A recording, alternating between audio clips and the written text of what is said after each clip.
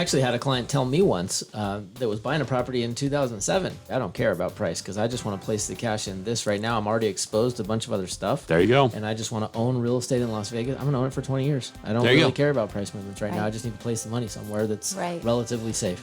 This is Las Vegas Real Estate Now with local real estate expert Harvey Blankfeld. I wanted to get a little bit, I know you mentioned a little bit before we got on about investing in rentals, and I know that's a little bit different than buying a home for yourself. You've got to have, it's a different strategy. So let's talk about that a little bit, Matt. Tell us what you think about investing in rentals.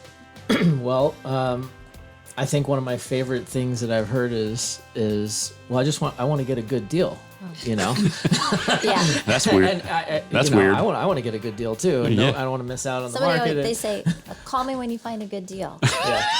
Yes, that does happen. That does happen quite often. Yeah. So the point I'm trying to make with that is I believe investing in rental property, there's no such thing as the right deal. It's what's right for the individual. Everybody's got different risk tolerances, access to other investments, time horizons, and all those things matter in the investment strategy for if I'm going to buy a rental property or not. Certainly over the years, I've worked with various different levels of investors that some say, well, I want to invest in a rental property, but I care very much about stress. I don't want it to be high stress. I just basically don't want to think about it. I don't have time to think about it. Right. I want it to be a savings account over time. So they're not really paying attention to what's the rate of return or the yield and others want to buy below market and be able to flip it. And so there's all sorts of different shades of it. But one thing that I experienced personally, I bought my first rental property in 2005. Oh, ouch. Ouch, Chihuahua. Because they say you're in the business of real estate. That's what you should do. Right, exactly. So kind of felt at the time the market was getting a little bit, those supply and demand numbers I mentioned earlier were getting a little out of whack, but did it anyway. Right. Paid $250,000 for first rental property that dropped to 110. Yeah.